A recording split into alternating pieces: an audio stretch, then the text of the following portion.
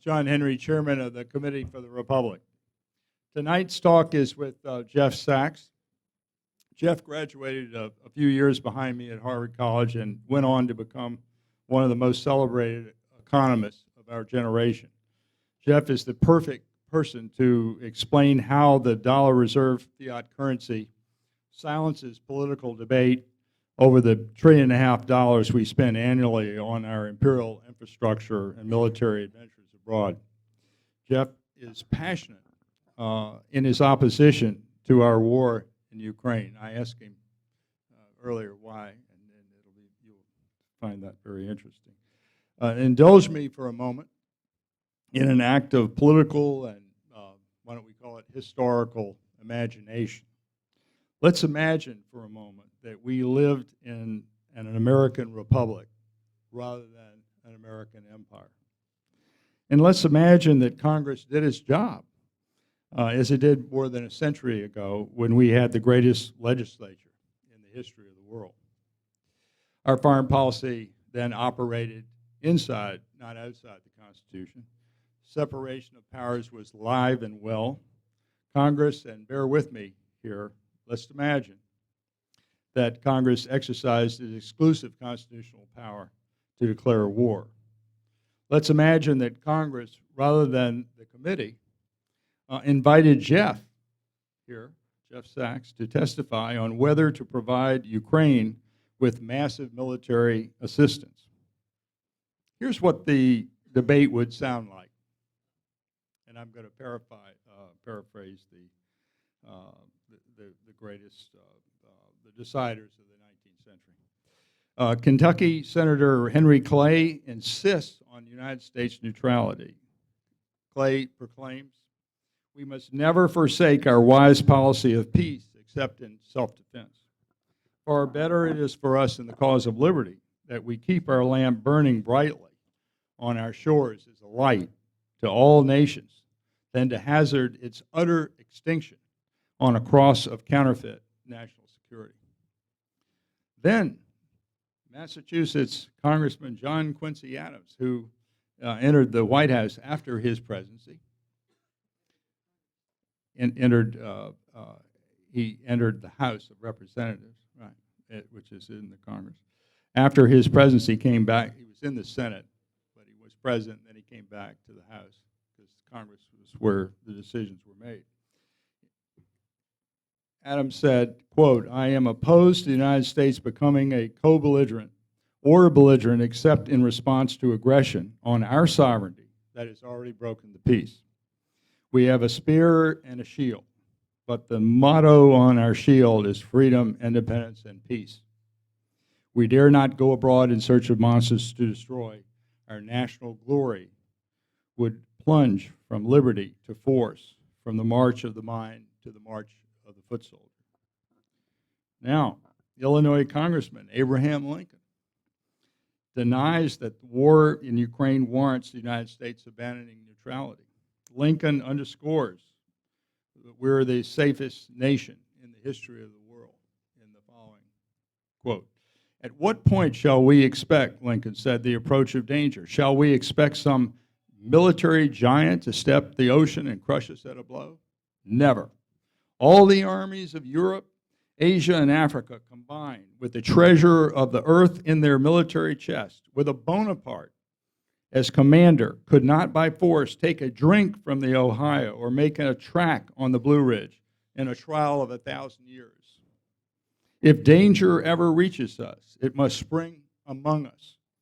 It cannot come from abroad. If destruction be our lot, we must ourselves be its author. As a nation of free men, we must live through all time or die by suicide." Okay, and last but not least, Massachusetts Senator Daniel Webster thunders like a hammer on an anvil, and I quote him, "Invincible self-defense and influence abroad by example is the Constitution's foreign policy unless disturbed by an act of Congress. I ask unanimous consent to approve a joint resolution demanding the filing of articles of impeachment against President Joe Biden for making the United States a co-belligerent with Ukraine in its war against Russia." Okay, the good dream is over. Back to reality. We are subjects of an empire, not citizens of a republic. Impeachment is off the table. The only choice we have is between a Democratic and a Republican Caesar.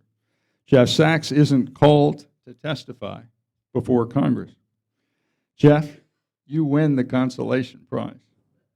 I ask you to join me in welcoming Jeff Sachs tonight to the Committee for the Republic.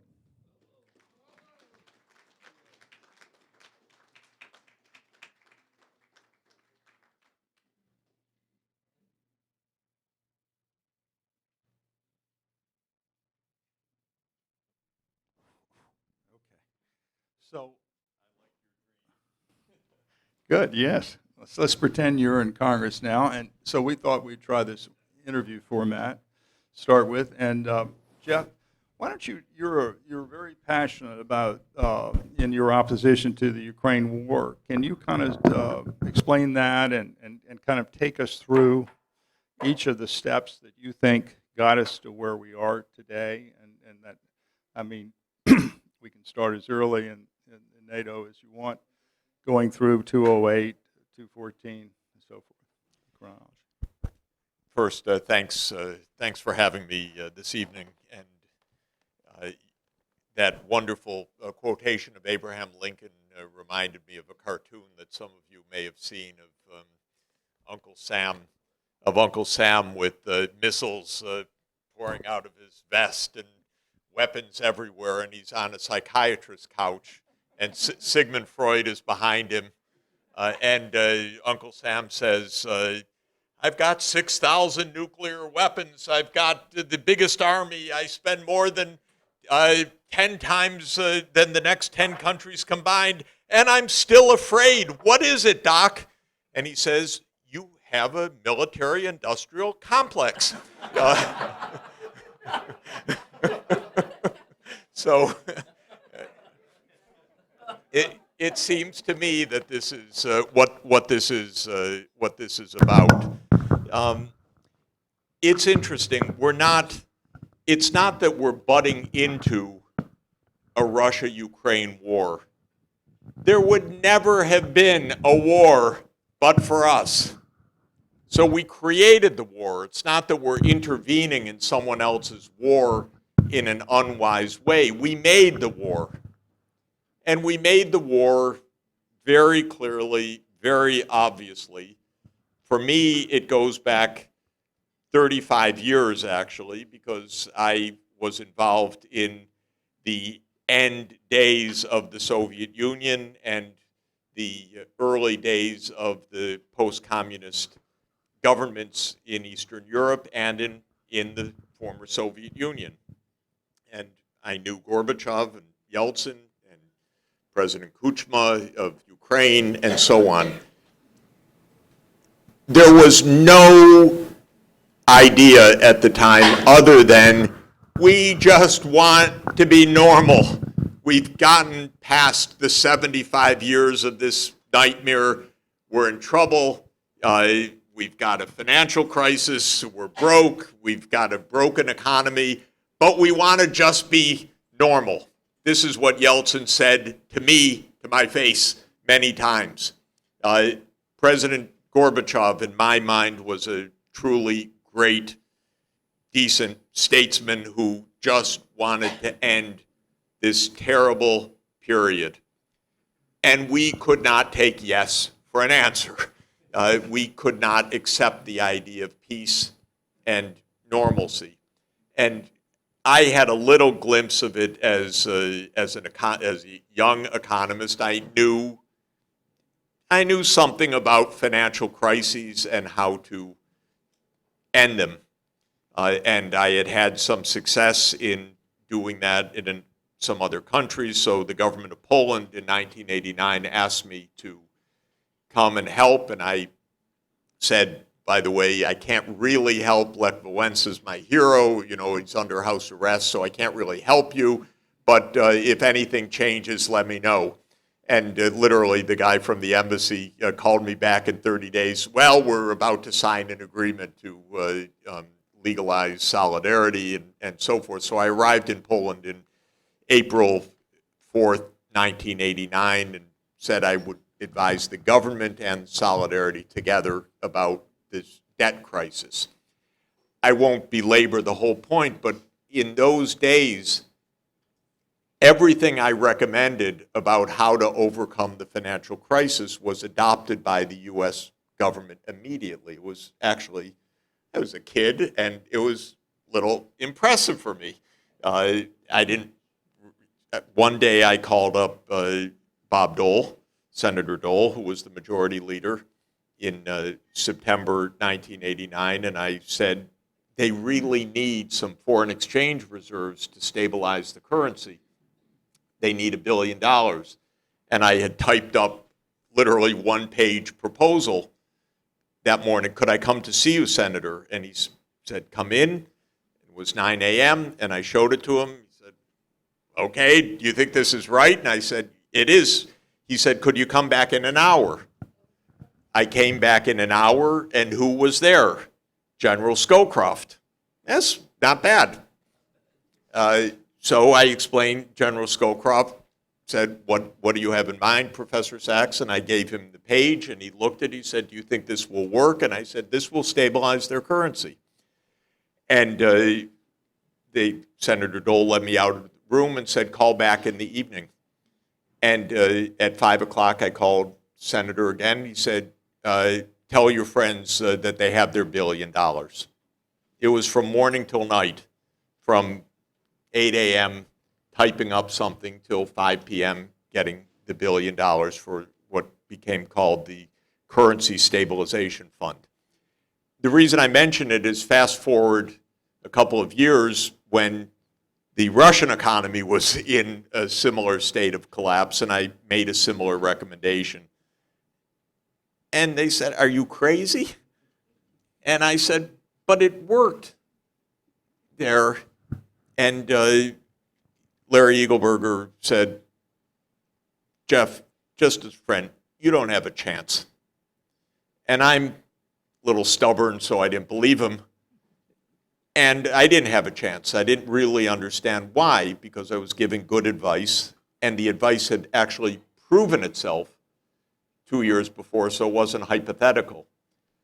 But everything we did for Poland, which was a lot, canceled debts, standstill on debt repayments, emergency stabilization, things I made a list of, none of it was done with Russia. And I couldn't really understand, because I was the same advisor, and it had actually demonstrated itself as a little naive. But, okay, I was watching geopolitics at work. One side, this is us, the other side is the enemy. So the idea from the beginning was, we don't want normalcy, we want control. We won the Cold War, now we're going to do whatever we need to do. And that involves starting the NATO enlargement as well. As everybody here knows, James Baker III, our Secretary of State, promised in absolutely unequivocal terms to Gorbachev, not 1 inch eastward for NATO. That's not a myth, that's not a lie. There's some books and papers that say, oh, we didn't really mean it that way and so forth. We meant it that way, believe me. It was for German reunification. It was unambiguous. NATO was not going to move. We weren't going to take advantage, which Gorbachev kept saying, that's very important, very important. He didn't get it in writing. And the moment I was in the room, by the way, the moment the Soviet Union ended in the Kremlin, it was very weird, but Boris Yeltsin walked across the room from a back door, sat in front of me because I was leading a delegation of economists, and he said, gentlemen, because it was all gentlemen, I can tell you the Soviet Union has just ended, because in the room over there I met with the generals of the Soviet military, and they've agreed to the dissolution of the Soviet Union. So that was something I heard across the table. And I said, I'm going to help you get some financial support so that this can become, we can make some headway on this. And of course, I failed completely. But they were told no NATO enlargement. But by that moment, from that moment onward, the White House started planning what became the Project for the New American Century and everything else, that NATO would start to enlarge, and we would fill in whatever the Soviet Union had exited.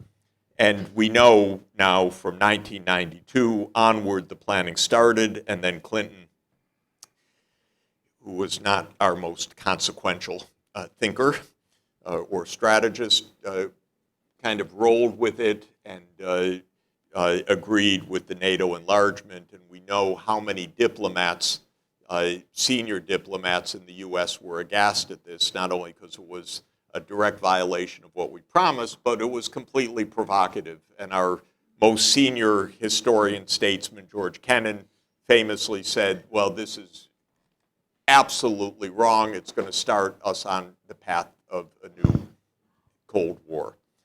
We know that Brzezinski in 1997 said the key to all of this is Ukraine. And already in 1997, NATO enlargement to Ukraine was high on the agenda. And Brzezinski spelled it out in an article in Foreign Affairs called A Eurasian Strategy. And he said that we'll start with Central Europe, then we'll go to Eastern Europe, then we'll go to Ukraine, and Ukraine will join NATO between 2005 and 2010. And it was all quite explicit, and Brzezinski explained Ukraine is the geographic pivot of Eurasia, so if we can surround Russia in the Black Sea, they cease being a great power. This was all spelled out very, very clearly. And this is the genesis of everything that has happened. Many other things happened that aggravated this tremendously, and we were speaking beforehand. In my view, 2002, the unilateral U.S. withdrawal from the ABM treaty was a disaster because it put Russia even more on edge, that the U.S. was unilaterally aiming for a whether first strike advantage or a decisive nuclear advantage, but another violation of trust in a context where NATO was already enlarging. Remember, in 1999, NATO enlargement started with Hungary, Poland, Czech Republic, and then in 2004, Bush added 7 more countries, which was a lot because it was 3 Baltic states, Latvia, Lithuania, Estonia, Bulgaria, Romania, Slovakia, and Slovenia. So it's already up to 10 instead of 1 inch eastward. And then Putin made a very strong appeal in the Munich Security Conference in 2007, saying, don't do anything more. Stop already. And he spells it out. You lied. You promised not an inch. Now we've got 10. You've got to stop this. And of course, the response of the White House, always with the fine ear listening on the ground. And by the way, we know that Bill Burns sent a famous memo that WikiLeaks picked up and released for us to read, the Niet means Niet memo, which said it's not just Putin, it's the entire Russian political class that is dead set against an expansion of NATO to Ukraine, perfectly understandably, in my view. But 2008, the Bucharest NATO summit, Bush pushes NATO's commitment to expand to Ukraine and to Georgia. If you look, and I don't mean Atlanta, Georgia, I mean Tbilisi, Georgia. And if you look at the map, that's a little far from the North Atlantic, by the way, as a defense against a country that doesn't even exist anymore. So it's Brzezinski's plan, which was spelled out very clearly. We're going to surround Russia in the Black Sea. And that was, I was called by European leaders in 2008 saying, what the hell is your president doing? so provocative, pushing us. But Europe never says no, basically, when the U.S. pushes hard enough. And so this got inscribed into NATO doctrine in 2008. And then Yanukovych won the election in 2009. And Yanukovych, very cleverly, was saying, we're in between two giants. We need to be careful. And Yanukovych said, we don't want NATO, we want neutrality. Thank you. And this, of course, was absolutely the only thing that can save Ukraine from U.S. relentless insistence on NATO enlargement. And so Yanukovych became the enemy of U.S. policy. And that meant making whatever effort was needed eventually to overthrow Yanukovych. And we happened, thanks to the Russian government, happened to be able to listen to such a nice, interesting conversation of Victoria Nuland and Jeffrey Piat. Nuland at the time was not in her current position as undersecretary. She was in the position as Assistant Secretary for European Affairs, and she plotted who would be the next post-Yanukovych government in a call intercepted at the end of January, about 3 weeks before the overthrow. And she said it had to be Yatsenuk as the next one, and spelled out why, and sure enough, Yatsenuk became the next prime minister in another U.S. regime change operation. That did not sit well with the Russians. If you add in all of these events, now you're at war. And indeed, the first thing that Putin did, and I think it's very important to understand, Russia was making no territorial demands of Ukraine at all before 2014. All Russia had done was say, we want a long-term lease of Sevastopol, of the naval base, to 2042. That was the full extent of it. But then, okay, to stop a naval base that was Russia's naval base since 1783 falling into NATO hands, Putin said, okay, we take back Crimea, thank you very much. And this began the next phase.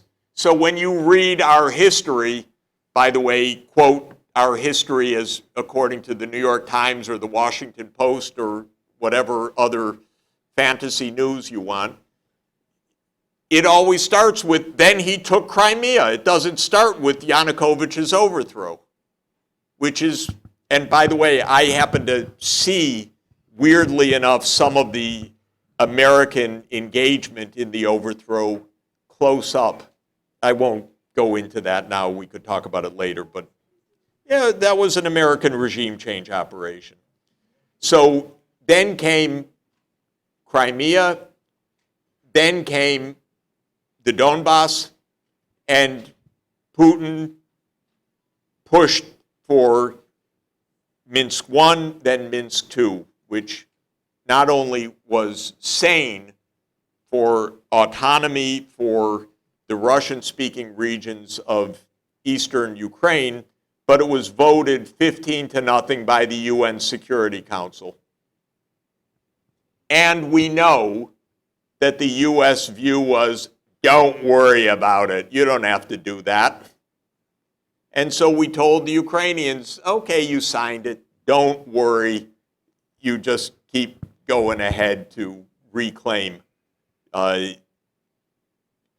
eastern Donbass, and all of the good advice came, no, Ukraine should be a unitary state, we don't want federalism, we don't want autonomy, we don't want a treaty that has been signed, sealed, and confirmed by 15-0 of the Security Council. So that didn't sit very well.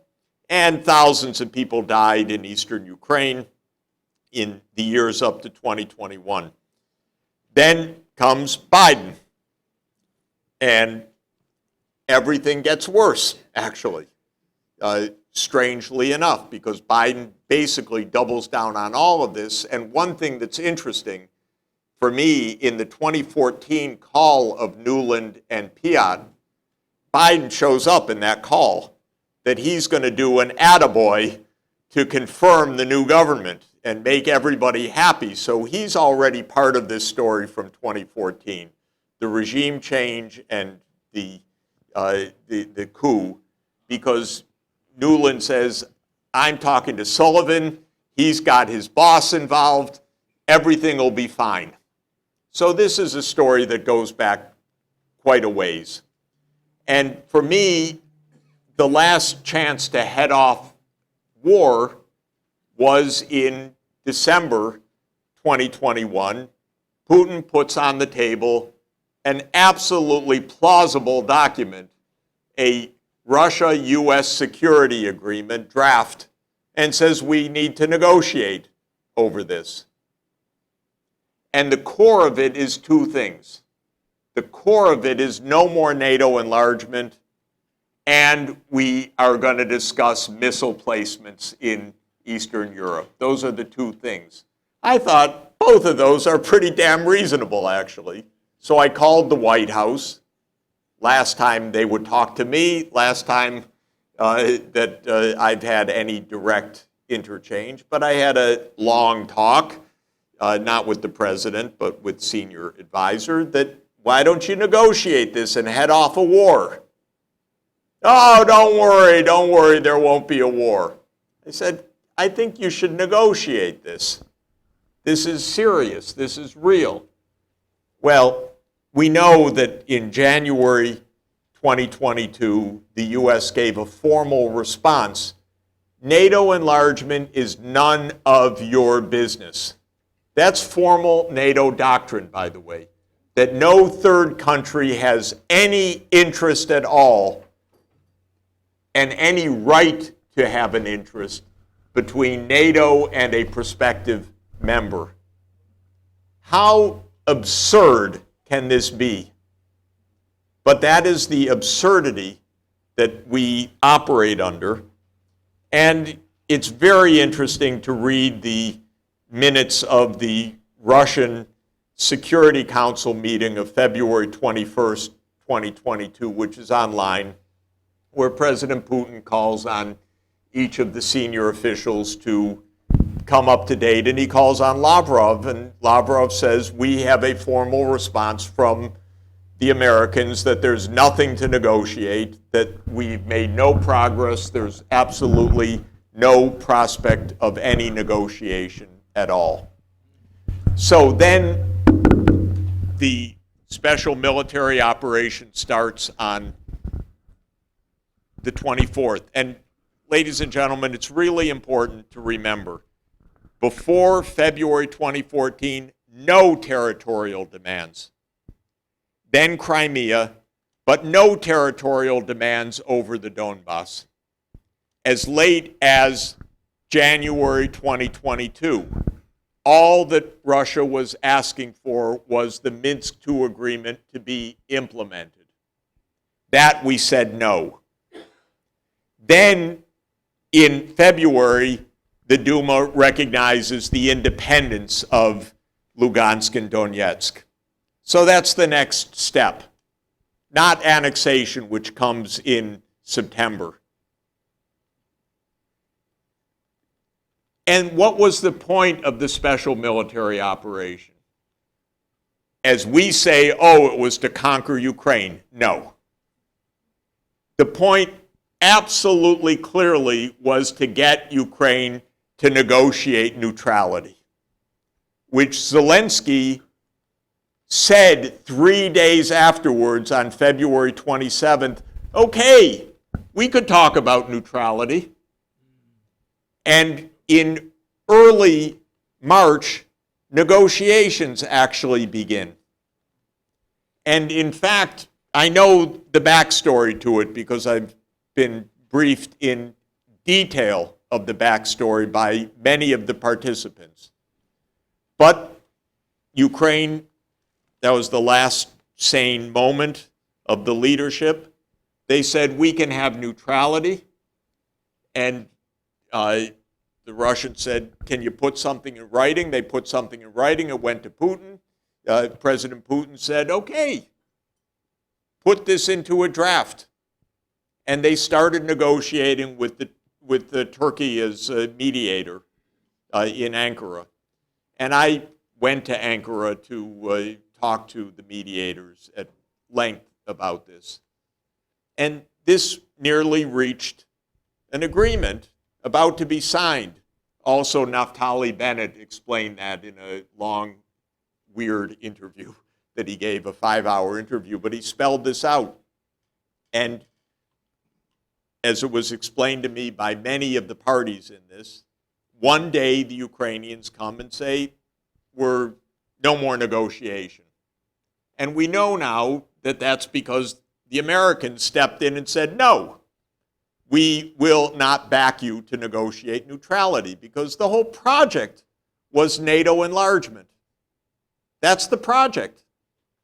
And so we stopped the agreement at the end of March, said, we have your back, don't worry about it. The economic sanctions, will do them in. Crush the economy. You'll get HIMARS, you'll get the weapons. He'll never mobilize. All of this fantasy. To me, the whole thing from 1992 onward is a poker game where we have a lousy hand and we keep raising the ante. And so we never agreed for a moment to negotiate once in more than 30 years. And we led Ukraine to disaster, proving, I think, Henry Kissinger's greatest adage, which we all know, which is that to be an enemy of the United States is dangerous, but to be a friend is fatal. And I think that this is Ukraine. They're a friend of the United States, so they're about to be completely destroyed as a friend of the United States. And this is what friendship means. So now, now they understand that all of their fantasies about Ukraine winning on the battlefield and driving Russia out and so forth, it's probably 500,000 Ukrainians dead by now. And now today I haven't heard the details of women in the trenches now because women are being drafted. I don't know whether that's right. I just saw a short note about this. But they're, aside from the fact that we can't even stock their artillery, as we know, they've run out of people. They really have run out of people.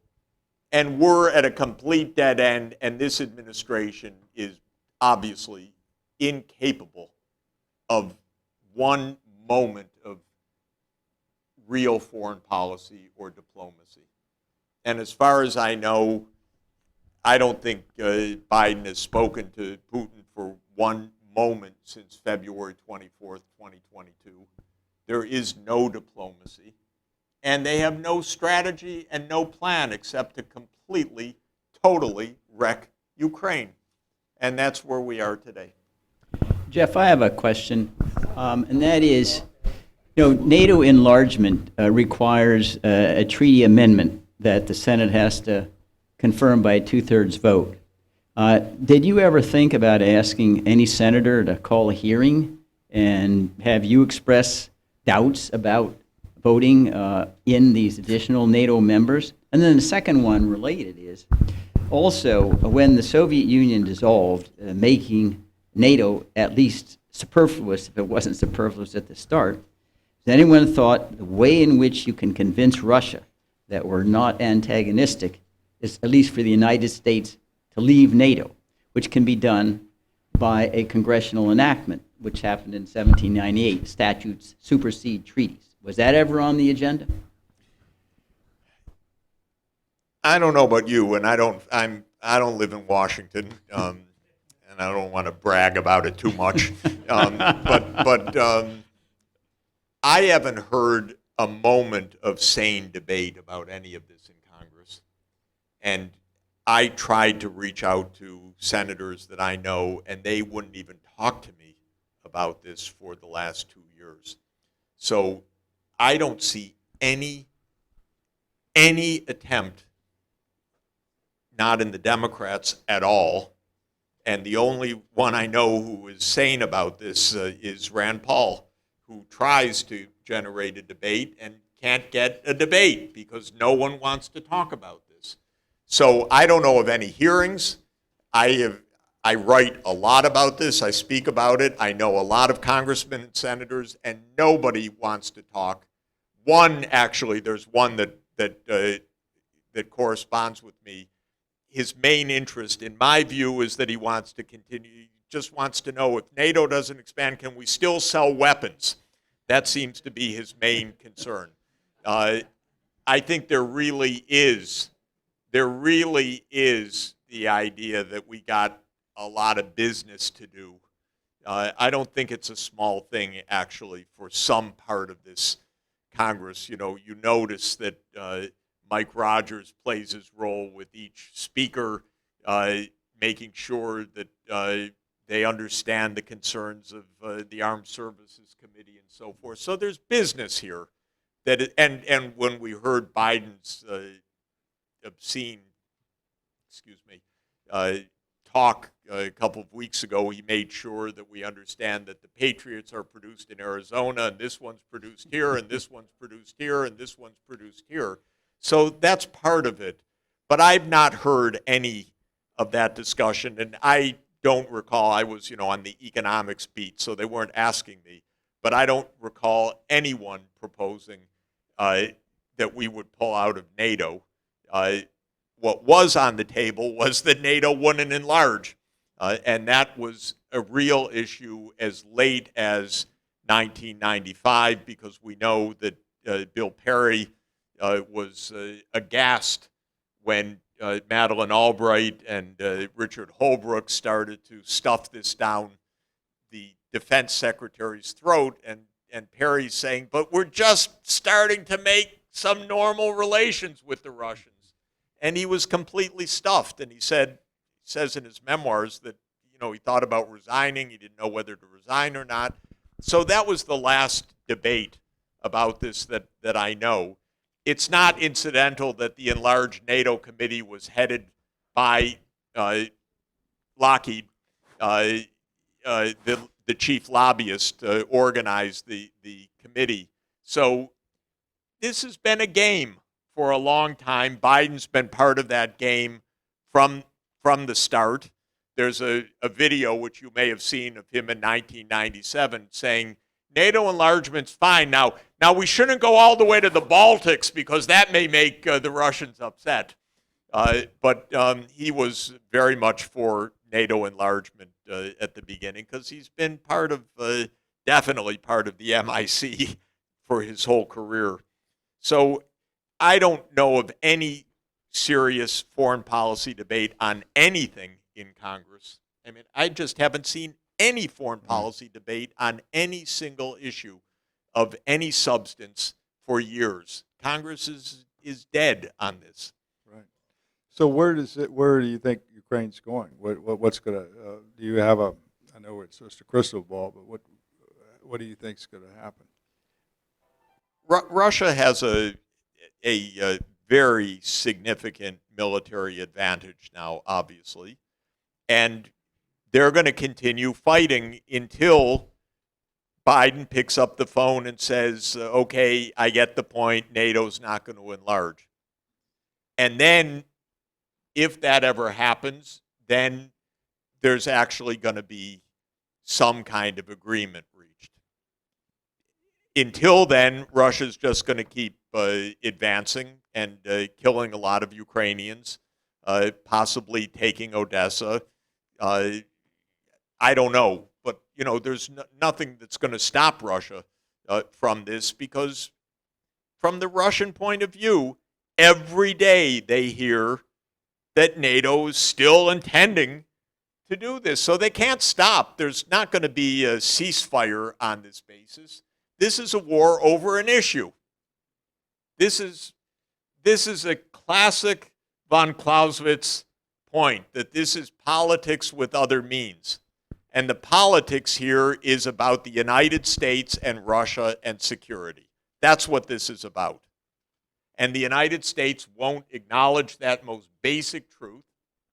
And because of that, the war will continue, and Russia will continue to expand, and Ukraine will continue to bleed massively. And Biden, I don't know if he's functional anymore, but somebody needs to call Putin to explain, okay, it was a bad idea. We've stopped. And I keep offering my Zoom if they want to Zoom. They don't know how to make a phone call. They can use my phone. They can use my Zoom account. But they've got to make a call to explain, we want to save some part of Ukraine. We want to stop the mass killing and the mass dying. And we understand that there was a real issue behind this. And that they haven't acknowledged to this day. Now, Jeff, could I ask you, suppose that the United States told Ukraine, we're out of here. It's your business. That is, our military weapons cease. And tell them it's up to you to decide whether you want to fight. You think that would bring Zelensky to the table? That we're the only one that, by our co-belligerency in providing this massive aid, is keeping the war alive? Look, all wars have to be fed from the outside. And so Ukraine cannot fight this war for 2 days longer if we say that. That whether Zelensky says it or whether there's a coup or whether who knows? I don't want us to be part of that. But if we said it, the war's over. Same with Israel, by the way. If we said it, the war's over. They can't fight this on their own. This is very clear. It's just mechanical. So, of course, we should have told them. Back in March, thank God you're signing an agreement. We told them the opposite. And oh my God, as bad as we are, the British are worse. They're insane. They really think this is the Second Crimean War. They all think they're Palmerston. It's unbelievable. So David Cameron comes back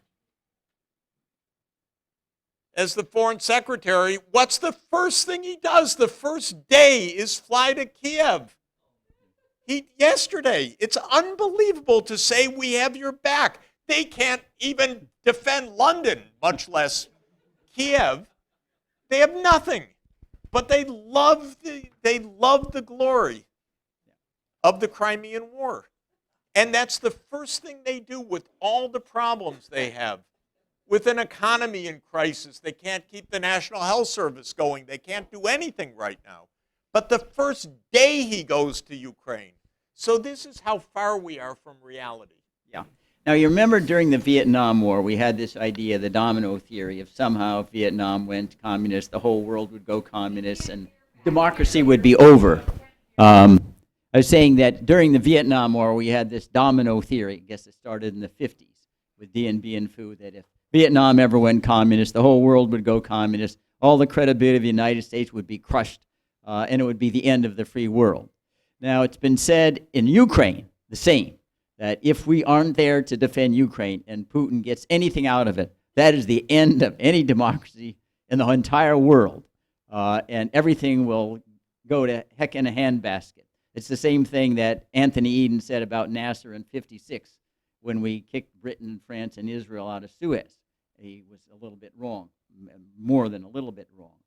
So what is your view as to whether or not this really is the turning point, whether democracy survives or not, which is kind of the rallying cry of Joe Biden? Well, look, I think there are two things that make this all a complete fantasy.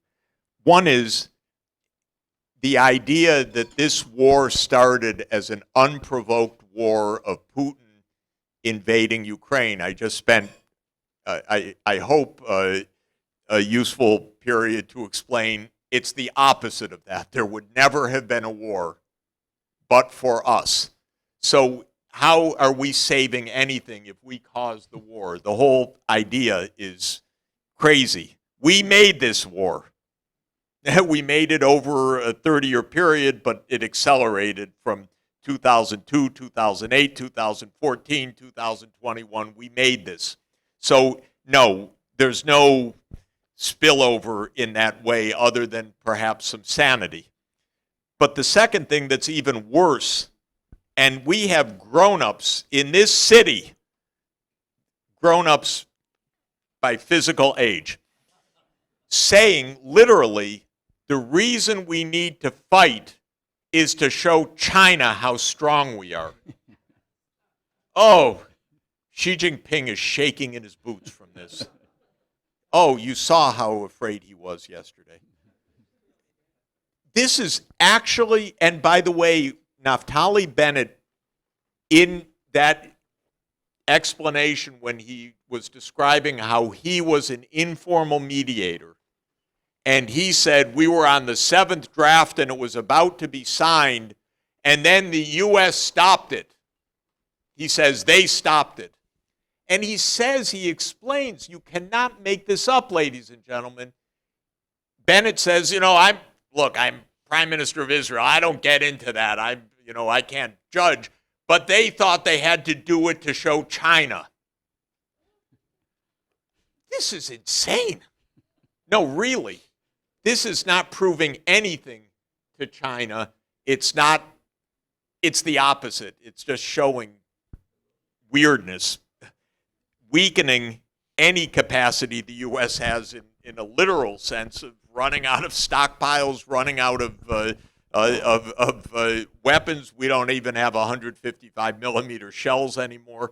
Now we have another war in the Middle East that we're tending to. The whole idea that we're proving something in Ukraine, well, they should have thought about that before they raised the ante 5 times with the losing hand. That's all I can say.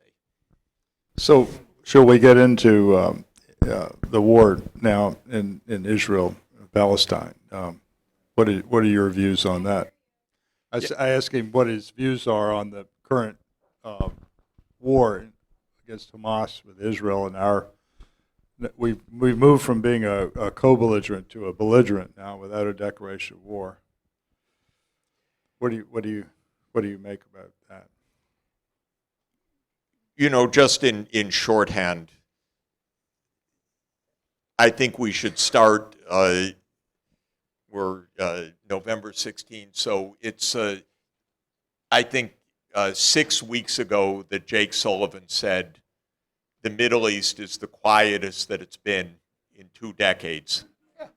And poor Jake, not only did he say it, he wrote it in the November-December issue of Foreign Affairs, which arrived about a week ago. And there it is in bold print. The Middle East is the quietest that it's been in 20 years. And actually, in the text it says, and we've resolved the problems in Gaza. So if ever you want really a vivid demonstration of how they are completely out of touch with reality, it could not have been made more vivid.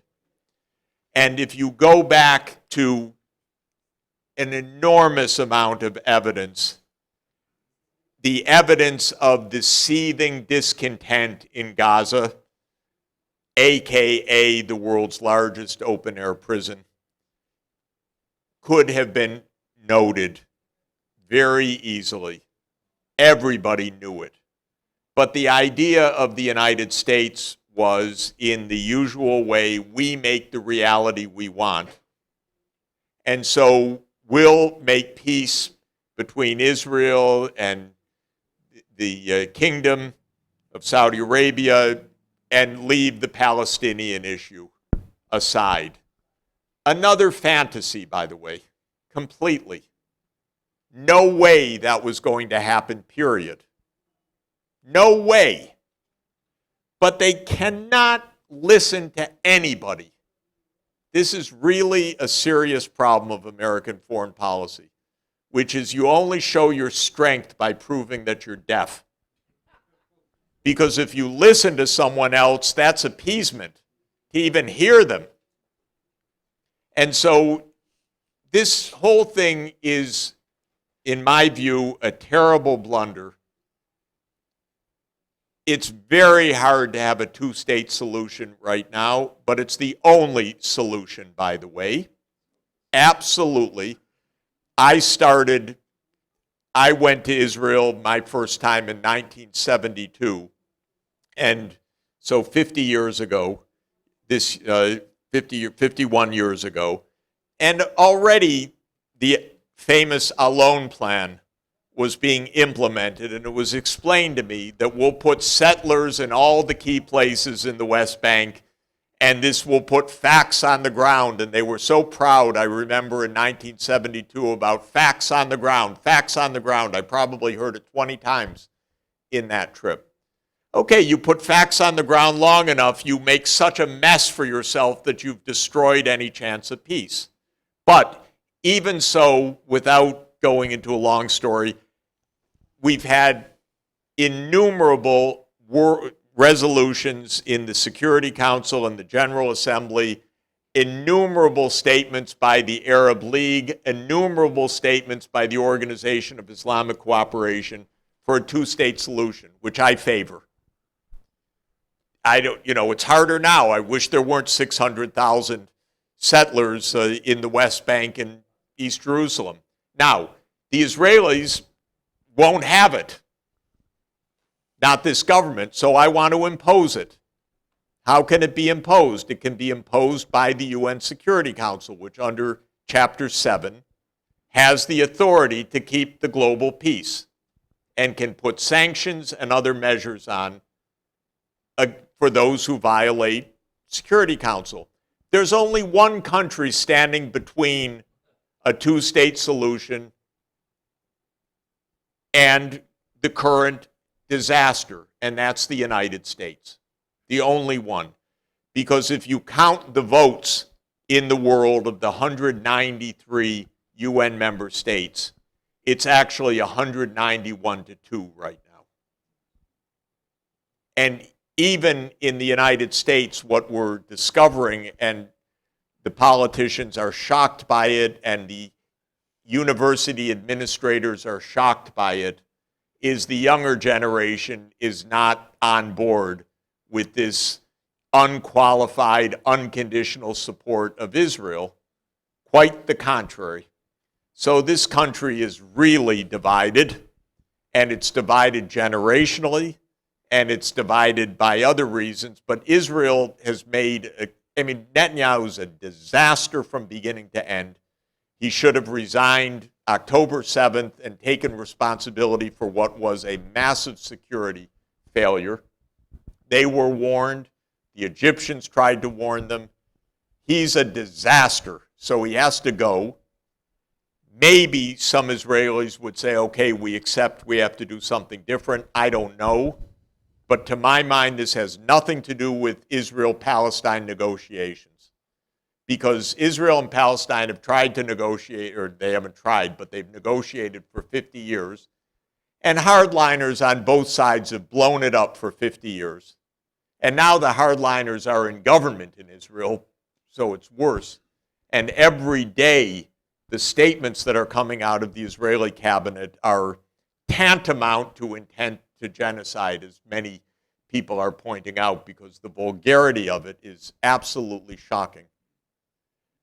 And interestingly, even this administration, where the politicians are trained, you can't show even a glimmer of space with Israel, are saying, okay, we need a Palestinian state. They're saying it because you cannot resist truth in this context, which is so glaring, and the whole world is calling for Israel to stop the carnage. So my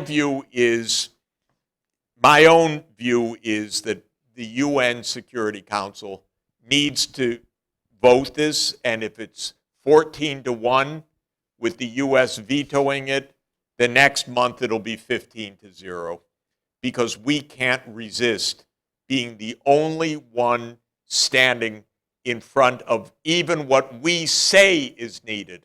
We signed all those resolutions for a two-state solution. Biden said it again 2 days ago. So I want to impose that as an answer and stop the war. What's interesting is Hamas, Hezbollah, all of it can be demobilized and disarmed in the context of a political settlement. That's the point. There is no reason for a war over this.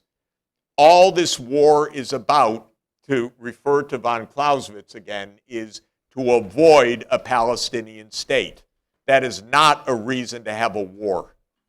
So that's my feeling. So basically, the political reality is that the two that really count, the two countries that really count, Israel and us, in terms of deciding whether this war goes on. There's no political restraint here on Israel, and there's nothing but vengeance in Israel now. And so the more Palestinians Bibi kills, the popular he is.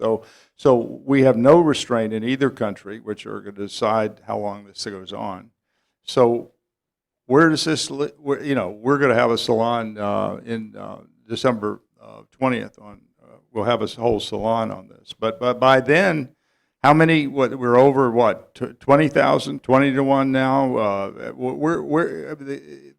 We're in a month from now. What are we going to have? 50,000? I mean, there's 7 million Palestinians. How many are they going to kill? I mean, we did this with the American Indians. We said no good Indian is only good dead Indian is a dead Indian, and they're doing this. There seems to be no political restraint. What Israel is doing is not vengeance, it's politics. They are trying to rule out any political settlement other than domination. That's the policy. And the policy has several different roots to it, but one root of this policy is that there really are people who believe the book of Joshua, period. There really are. Interesting to read the book of Joshua, by the way, because the book of Joshua promises the land from the Euphrates to the Mediterranean. That's a long way, by the way. God help us if anyone tries that. So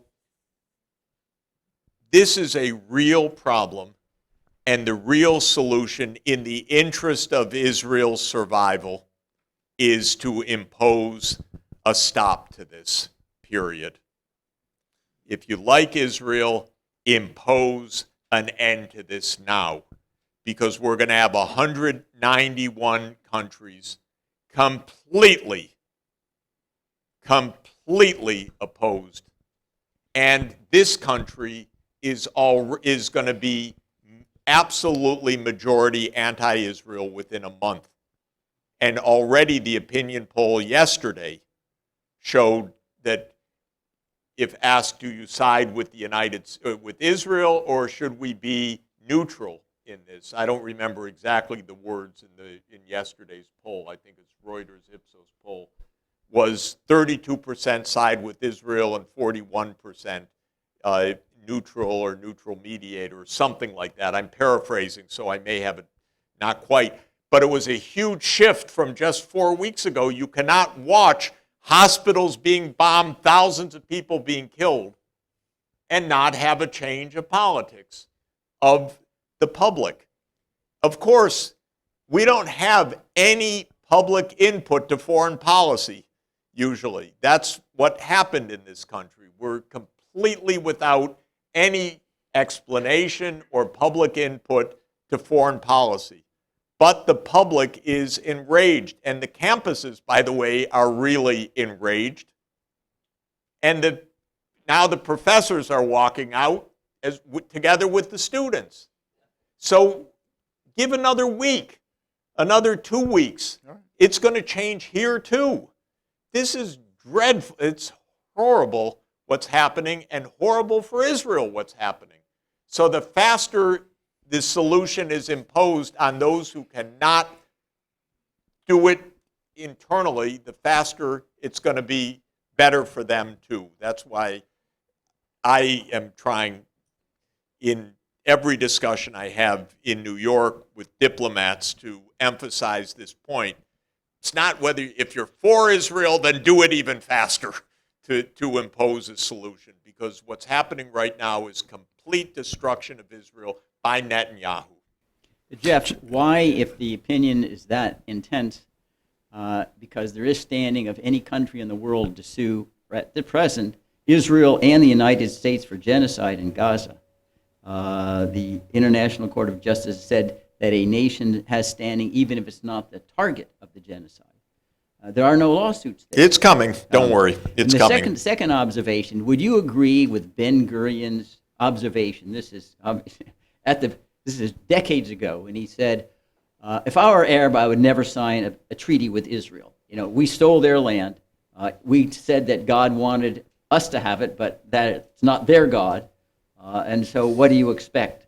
That they are rejecting the idea that we stole their land. And that's Ben Gurion's characterization of what the source of the problem was. Do you agree with that? Well, what Ben Gurion said, which was interesting, was we should settle for this partition.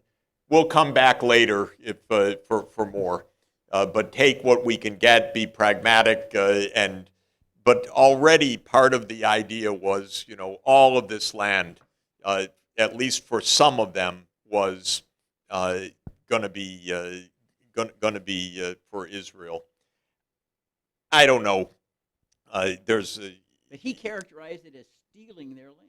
Look, I think at this point we had better save the world by enforcing a settlement of two countries right now. And I would recognize Palestine tomorrow. I think the thing that can't work is to say we enter a new negotiation. That's baloney, because we've been 56 years talking about this since the Six-Day War. No more negotiation. Everything that can be said has been said 100 times. There's nothing more to say. What should be done, in my view, tomorrow is the UN Security Council votes the state of Palestine, and the UN General Assembly, by a vote of 191 to 2 maybe, votes the state of Palestine as a UN member state.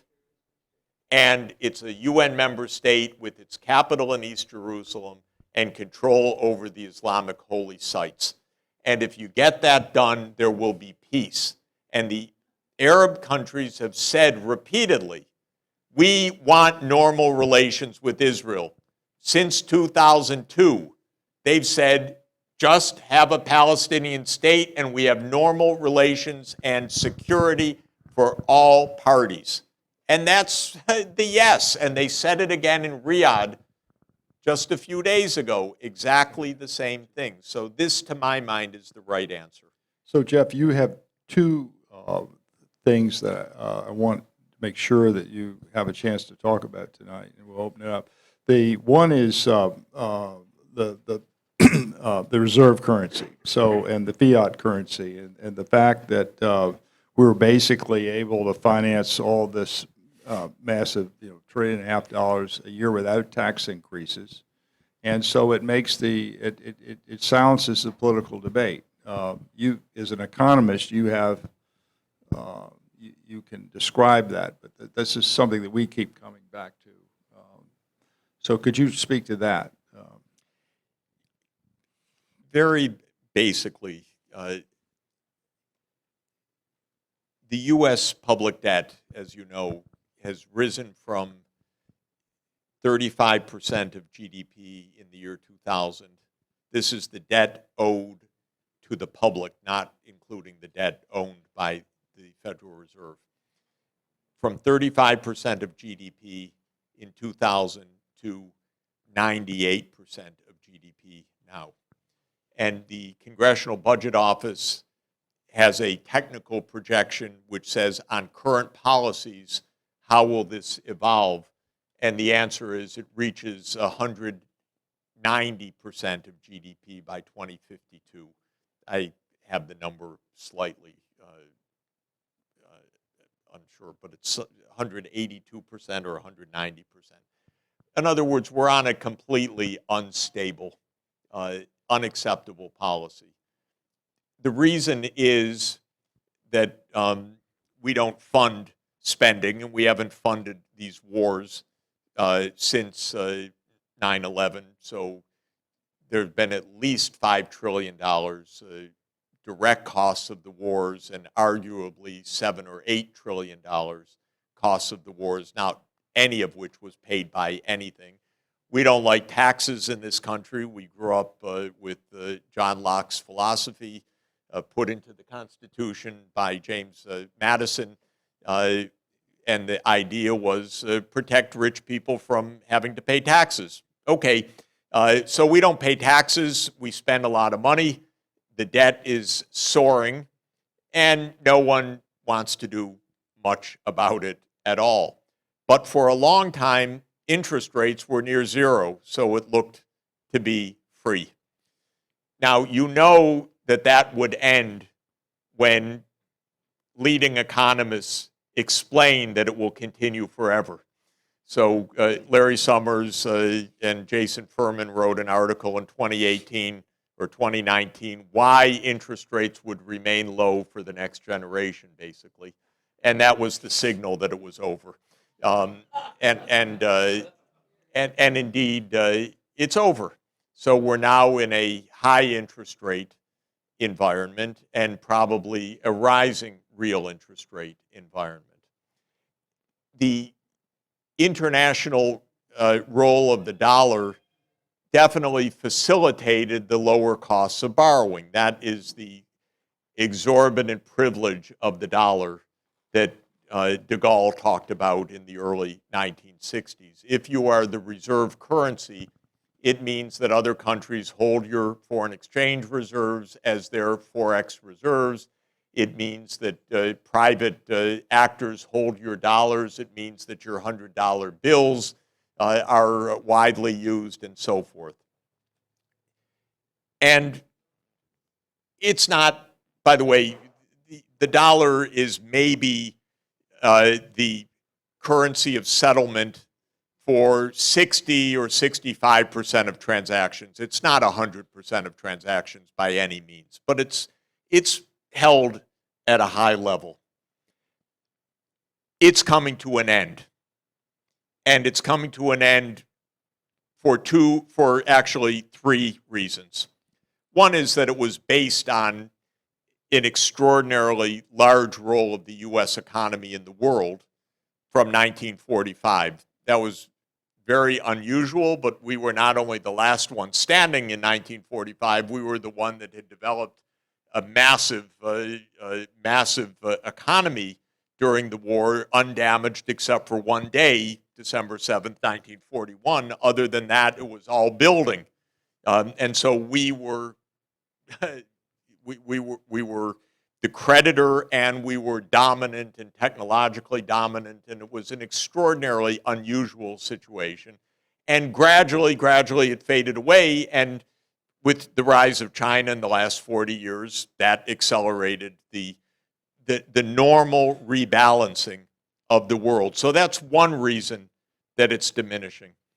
A second reason that it's diminishing is that it is based on the U.S. banking system and SWIFT payments and so forth. And the banking system is not going to be the center of payment settlements mechanically in the future, because we're moving to digital settlements of all kinds, including central bank digital currencies. So even that mechanism is going away. But then there's a third factor which has accelerated everything. If you want others to use your currency, my advice is don't confiscate their money. And the U.S. doesn't get that. So we keep taking other people's dollars away. This is a bad idea. And we do it as a habit because the president can do it on his own by a signature. So we took $300 billion of Russian assets and seized them. And we have, I think Larry Summers is one of them, and Financial Times and others, oh, we should not only freeze that, but take all of that. It's unbelievable to me. We're the country of John Locke, supposedly. There's supposed to be private property and rule of law and whatever. Okay, we don't accept any, we don't believe any of that. And in fact, oh, you're a Russian. And you probably know Putin. Okay, we're going to take your apartment.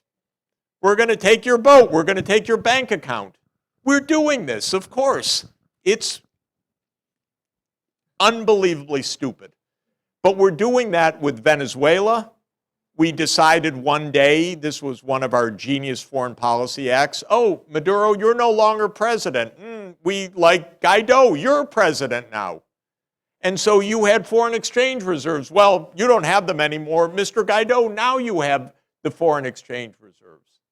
And we did it with Afghanistan on the way out. And we do it with Iran. Okay, they're getting the idea maybe we shouldn't leave our money in dollars. And that has accelerated tremendously with the BRICS. So the BRICS already, when there were 5, Brazil, Russia, India, China, and South Africa, they were already larger than the G7. And they completely get the idea dollars is not the best bet. Now there are 6 more in the BRICS. Argentina, Egypt, Ethiopia, Saudi Arabia, United Arab Emirates, and Iran. The BRICS, measured in purchasing power adjusted prices for output, constitute 37% of world economy, and the G7, 30%. And the BRICS have decided in their last meeting, okay, we're going to non-dollar payments. And why not? And they will, by the way, because I used to invent new monies for a living. The Estonian kroon and the Slovene tolar.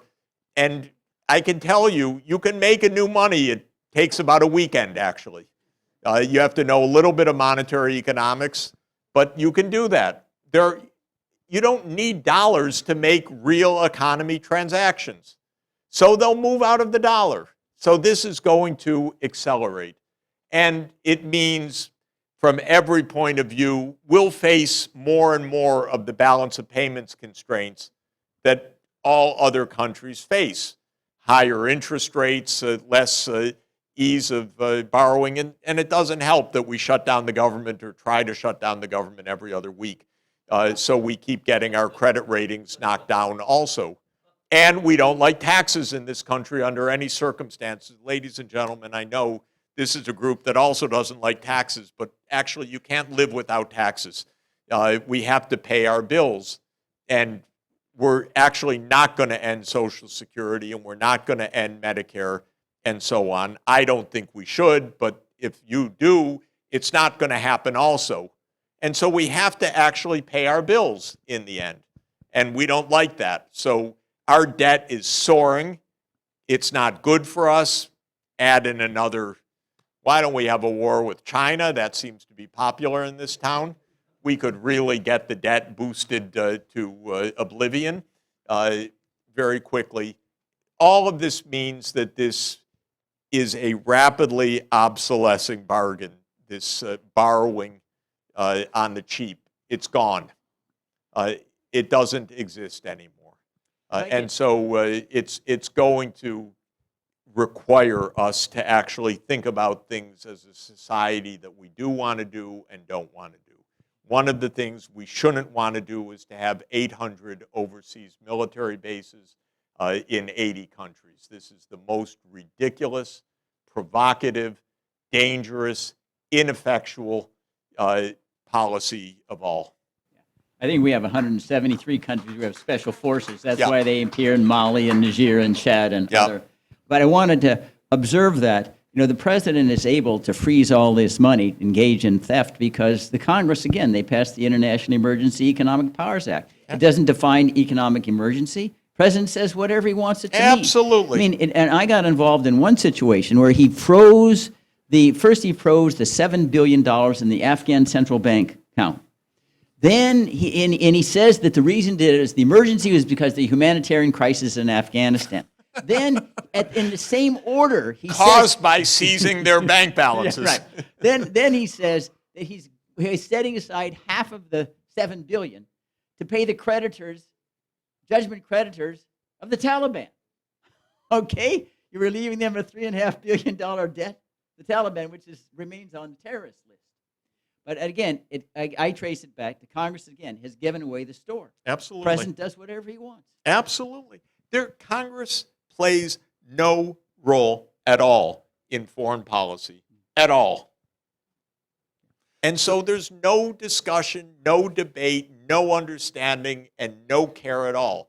Everything, Right. By the way, absolutely, I guarantee you, President Xi faces a lot more political deliberation, dialogue, and restraint than Joe Biden.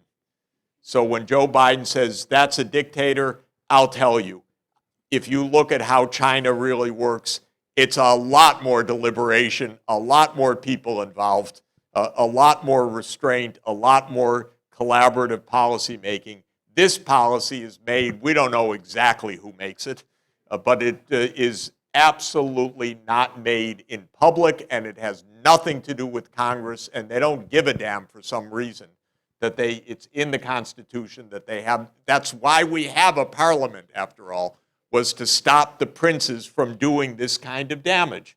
That was the whole history of parliamentarism, was that you don't get to do wars by stroke of a pen, and that's what we're doing. Jeff, we've got to get you to talk about the pandemic, because you have unique things to say. Can you describe? We talked about it. If you can summarize how you got into this whole issue of the virus and the role of the military and Fauci and NIH in the COVID-19 story. Yeah, one fun story after another. But basically, I have been involved from the financial side in financing the fight against epidemic diseases for the last quarter century, and I designed, actually, or first recommended some of the programs here, PEPFAR and the President's Malaria Initiative and so forth, were ideas that I proposed because I like to fight diseases so that they don't kill people. And when COVID broke out, because of that record, I was asked by the British medical journal, The Lancet, which has a tradition of having kind of blue ribbon commissions on important public health topics, to chair a commission on COVID-19. And I said that I would do so mainly to look at what should the response be, financial issues of the vaccine, and so forth. And one of the task forces that I created as part of this commission was on the origin of the virus. So it was one of the 10 commissions, not one of the 10 task forces. And the long and the short of it is I got incredibly steeply involved in the arcana of the debate of where the virus came from. And to cut to the chase, the virus overwhelmingly likely came out of a lab rather than out of nature, and probably out of a U.S. lab, but a U.S. lab working with Wuhan, because we had very extensive work together between U.S. laboratories, especially NIH in-house, University of North Carolina, and Rocky Mountain Laboratory. And there was a lot of untoward and dangerous work underway. And just to tell you, ladies and gentlemen, at the beginning I believed the Nature story because an early article appeared called The Proximal Origins of SARS-CoV-2 in Nature Medicine in March 2020, and I read it. I said, well, these are all famed virologists and make sense to me, so it's Nature. And they said, irrefutably cannot have come from a lab. That paper is scientific fraud, nothing less than fraud. Not a mistake, fraud. And the reason it's fraud is that the authors knew as they wrote that they could not make those conclusions. They didn't necessarily know where it came from or whether it was natural or lab, but they could not have said the things that they said absolutely 100%. And so we know now, because of Freedom of Information Act release of their emails, that they knew it too. And the paper, even today, has not yet been retracted. But the long and the short of it is the following. I know many people know this story. It took me a long time to understand it forensically by being tutored by a lot of scientists and who helped me through this literature. Basically, when SARS-1 came in 2003-4 in Hong Kong, it died out on its own. And the reason that it did was that it was not so infectious. It was a beta coronavirus that wasn't so infectious. There was a long incubation period till infection. By the time a person was infectious, they had symptoms galore. So isolating people was enough to drive what we call the basic reproduction number below 1, and the epidemic killed a couple thousand people. I don't remember the number, but it stopped. This virus is highly contagious, as everybody knows, and it has a short incubation period, and it has a asymptomatic infectious period, which is quite unusual. So the third or fourth day after the original Wuhan virus infection, you might not show symptoms, but you're already shedding virus and infectious. Now, why? The big difference of SARS-1 and SARS-CoV-2 is a piece of the virus called the furin cleavage site. And it is 4 amino acids which help to split the spike protein so that it can enter the cell. That furin cleavage site was already tested in 2005 as something that would make a beta coronavirus more infectious. So it was already understood, and a real genius at North Carolina who's in Fauci's shop named Ralph Barrick already in 2005 said, you know, this is not bad for bio, quote, defense. You know what that means. Because it has these properties. So this idea of the furin cleavage site was already in focus of research almost 20 years ago. Now, fast forward, Barrick developed a lot of very sophisticated technology that enabled him to do that enables him and Wuhan to do the following. You know there are 30,000 base pairs in SARS-CoV-2, the nucleic acids which define the genome, which define the virus. They are letters, A, G, C, G, and so on, of the bases of this RNA. Now, Barrick, who's very clever, if you give him not a virus, but you give him 30,000 letters, he will make a live virus from that. That's quite a trick, actually. That's not easy. Knowing the sequence doesn't mean that you can make a virus, but he created, over the last 10 years, something called the reverse genetic system. That's his term for it, to go from the letters to the actual live infectious virus. Then he developed something called a consensus virus. Very interesting. Which is if you have 10 of these beta coronaviruses, they'll differ in some of their nucleic acids, nucleotides. But what he would do is like stretch them out on an Excel spreadsheet and take each letter in each place that appears the most across the 10.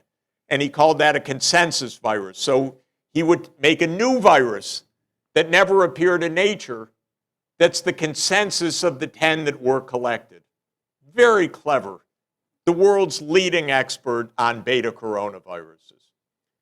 So he, from 2000, and he was in Fauci's shop, vaccines, this, that, all sorts of things, but especially gain-of-function research, because he wanted to test which of these viruses would really be infectious. How would it work? What if you have a furin cleavage site? What if you don't have a furin cleavage site? What if you have this piece, that piece? That's what he could do with his system. Who did he train?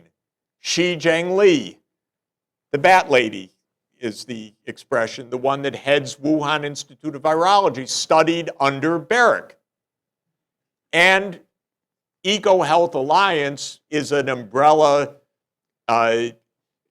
funding body which funds these different units. So yours truly, me, who did I appoint to head my task force? The head of EcoHealth Alliance. I said, this guy must know. Of course, what he knew was exactly what not to tell me and not to tell the rest, which was how much of this work was going on. That took a lot of tutoring of me by outsiders to explain, you really did put the fox in charge of the hen house. You have to understand what's really going on, which was explained to me. So fast forward, in 2017, a research proposal was made called the Diffuse Project under EcoHealth Alliance, and it was a proposal to the Defense Department, to DARPA. And it was a partnership of University of North Carolina and Wuhan Institute of Virology. And the idea, there are lots of ideas in it. You can find it online because a whistleblower posted it online. That's the only reason we have it. But it says on page 10 that we have 180 previously unreported SARS-like viruses. These are beta coronaviruses from bats. And on page 11, it says, we're going to test these for furin cleavage sites. And when there aren't furin cleavage sites, we're going to stick them in to see what happens. So there are hundreds of beta coronaviruses that have been collected from bats. But there's only one ever that has a furin cleavage site. That is SARS-CoV-2. So it appeared somehow, strangely enough. Well, it was the furious target of research is how it appeared. And in 2019, it seems very likely, not for sure, one of two things. One, that it was developed in the United States, tested in the US, and then sent to Wuhan because they have a bat collection to see whether it would infect those bats, because we don't have the same bats in captivity. But we tested it because of an academic stray paper that by Barrick and the head of Rocky Mountain Lab, which is an NIH unit, that showed a certain Wuhan virus couldn't infect Egyptian fruit bats. Do you care? Well, that's the bat that they have in Rocky Mountain Lab, but that's not the bats that is most relevant. We need the bats in Yunnan province. So one hypothesis is that the virus was made in Rocky Mountain Lab, and it was sent on a piece of filter paper to Wuhan to test with their bats in captivity to see how infectious it is, and it leaked in the fall of 2019, late 2019. The other idea is that when DARPA turned down the Diffuse project, it went ahead in Wuhan either with our knowledge or without our knowledge. That's the second hypothesis. We don't know. But I'll tell you something interesting. The Democrats are working full time to stop us from knowing. They are objecting to any congressional investigation. I'm a Democrat. I used to be. I'm not part of any party anymore. I can't stand them. But Rand Paul asked me to help him convince Democratic senators that know me that we should look into this. They will not look into this. They are blocking even an investigation, subpoenas, lab records, anything. They don't want to know. And then a very interesting story about 8 weeks ago. Again, I've not tracked it down. I'm not following this day to day, and I'm not privy to the House investigation that is going on under the Republican leadership. But you may have seen that a CIA whistleblower came forward about 6 weeks ago because Biden tasked the intelligence community to look at the origin. What did the public get out of this one page? Okay? But the CIA was on the side that it was probably natural. And this whistleblower came forward and said, yeah, we were 7 people. 6 of us said it probably was lab, and my other 5 were bribed by the CIA to reverse their vote. And he made this public, and the committee has now called CIA officials to explain the background to the CIA internal decision. DOE has said, because of Lawrence Livermore labs, probably from a lab. And my own guess is, well over 90% that this is lab, maybe even significantly closer to 100%. And without question, the U.S. was deeply engaged in the research, and Fauci did not tell the truth at all from the first day about this, because from February 1 onward, they knew that this was really a possibility, that this came from a lab, and they never told the truth to the public. And so this is a dreadful story, and 18 million estimated deaths since the start of this, and we don't even try to find out in the Senate. You can't get any investigation going at all. And by the way, the newspapers have been shockingly devoid of content on this. I know I'll say a word about the New York Times, my erstwhile favorite newspaper, which I can't read anymore, on everything. But on this one, I spent hours with the reporter.